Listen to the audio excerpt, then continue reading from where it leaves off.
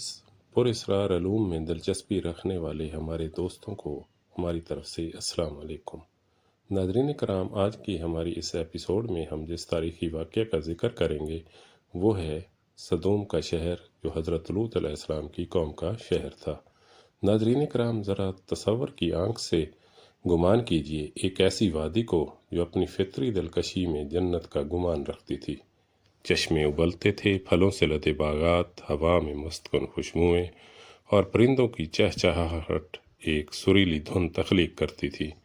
इस वादी के वस्त में एक शहर आबाद था, सदूम, जो बज़ाहिर अपनी शान व शौकत और मादी फरवानी के सबब एक हसीन ख्वाब की ताबीर लगता था, लेकिन इस ज़ाहरी रौनक के पर्दे के पीछे एक ऐसी रूहानी तारीकी छुपी थी जो दिलों को पज़मुर्दा और रूहों को बीमार कर रही थी। इस शहर के मकीन खुदादाद नेमतों को फरामोश करके नफसानी ख्वाहिशात की अथाह गहराइयों में गर्क हो चुके थे।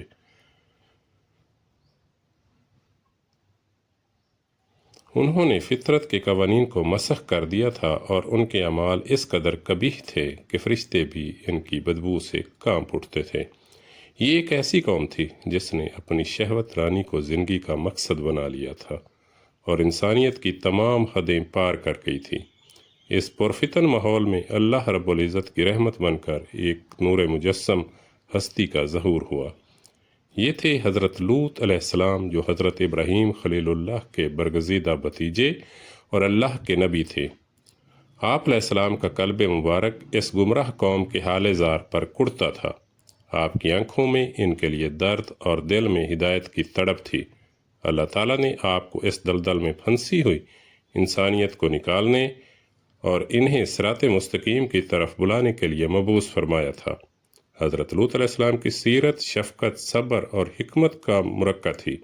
आपने अपनी कौम को नरमी और मोहब्बत से समझाया, उन्हें बुराई के भयानक अंजाम से आगाह किया और खालिक़ कायनात की वहदानियत और इसकी इताअत की तरफ राग़िब किया। हज़रत लूत अलैहिस्सलाम ने अपनी कौम के हर फ़र्द तक अल्लाह का पैगाम पहुँचाने की हर मुमकिन कोशिश की। उन्होंने पोशीदा और एलानिया तौर पर उन्हें नसीहत की, उन्हें उनके शर्मनाक अफ़ाल की कबाहत बताई और उन्हें पाकीज़ा ज़िंदगी गुजारने की दावत दी। आपने उन्हें बारहा याद दिलाया कि उनकी ये सरकशी अल्लाह के कहर को दावत दे रही है और दुनिया और आखिरत में इनके लिए दर्दनाक अजाब मुक़द्दर है। लेकिन सदूम के लोगों के दिलों पर गोया मोहर लग चुकी थी। उनकी समातें हक़ की आवाज़ सुनने से महरूम और उनकी बसारतें सच्चाई देखने से कासिर थीं। उन्होंने हज़रत लूत अलैहिस्सलाम की दावत को ठुकरा दिया, आपका तमस्खुर उड़ाया और आपकी नसीहतों को बेवक़्त जाना। उनकी जुर्रत इस हद तक बढ़ गई थी कि उन्होंने अल्लाह के भेजे हुए मेहमानों की हुर्मत को भी पामाल करने की नापाक कोशिश की। या फरिश्ते जो हज़रत इब्राहीम अलैहिस्सलाम की तरफ से बशारत लेकर आए थे, इंसानी शक्ल में हज़रत लूत अलैहिस्सलाम के मेहमान बने तो सदूम के बदबख्त ओबाश आपके घर पर धावा बोल दिया और उनकी नज़रें इन खूबसूरत मेहमानों पर गड़ी हुई थीं और उन्होंने हज़रत लूत अलैहिस्सलाम से मुतालबा किया कि उन्हें इनके हवाले कर दिया जाए। हज़रत लूत अलैहिस्सलाम ने अपनी कौम के सामने गिड़गिड़ाया, उन्हें अल्लाह का खौफ दिलाया और उन्हें अपनी पाकीज़ा बेटियों से निकाह की पेशकश तक की ताकि वो इस कबीह फेल से बाज आ जाएं। लेकिन इन संग दिलों पर कोई असर न हुआ। वो अपनी घटिया ख्वाहिशात की तकमील पर बज़ेद रहे और एक नबी की इज़्ज़त व नामूस को भी रौंदने के लिए तैयार हो गए। जब जुल्म अपनी इंतहा को पहुँच गया और हिदायत के तमाम रास्ते मसदूद हो गए तो अल्लाह ताला के अदल का तकाजा हुआ कि इन जालिमों को इनके किए की सज़ा दी जाए। फरिश्तों ने अपनी असली सूरत में ज़ाहिर होकर हज़रत लूत अलैहिस्सलाम को बताया कि आप इस बस्ती पर अजाब नाजिल होने वाला है और इन्हें अपने अहल ईमान को लेकर यहाँ से फ़ौरन निकल जाना चाहिए। उन्होंने आपको सख्ती से ताकीद की कि अजाब के वक्त कोई भी पीछे मुड़कर न देखे। हज़रत लूत अलैहिस्सलाम ने रात की तारीकी में अपने चंद मुखलिस साथियों और अपने ईमानदार घर वालों के साथ इस बदबख्त शहर को छोड़ दिया। लेकिन तकदीर की सितम ज़रीफ़ी देखें कि आपकी बीवी, जिसका दिल ईमान की रोशनी से महरूम था और जो मुनाफ़क़त की तारीकी में घिरी हुई थी, पीछे रह गई। जब सुबह की पहली किरण फूटी और अजाब का आगाज़ हुआ तो उसने अपनी फितरी कमज़ोरी या शायद अपने बातन के ख़ब्ज़ के बायस पीछे मुड़कर देखा اور وہ بھی اس ہولناک عذاب کی لپیٹ میں آ کر پتھر کا مجسمہ بن گئی۔ پھر وہ منظر رونما ہوا جس سے زمین لرز اٹھی اور آسمان آنسو برسانے لگا۔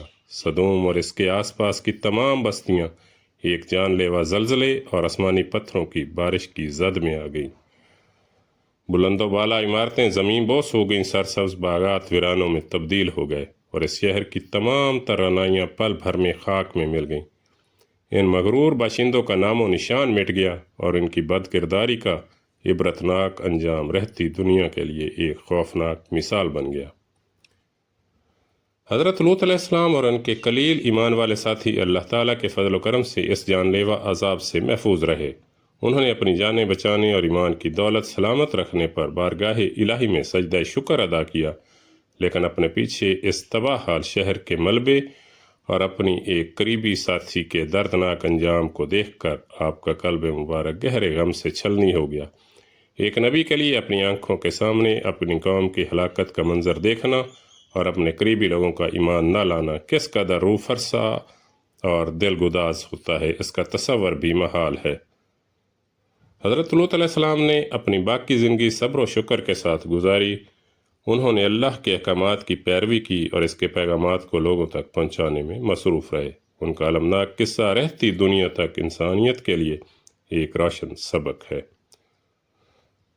یہ ہمیں بتاتا ہے کہ ظاہری شان و شوکت اور دنیاوی لذتیں عارضی اور فانی ہیں، حقیقی کامیابی اللہ کی اطاعت اور اس کے احکامات پر عمل کرنے میں ہے۔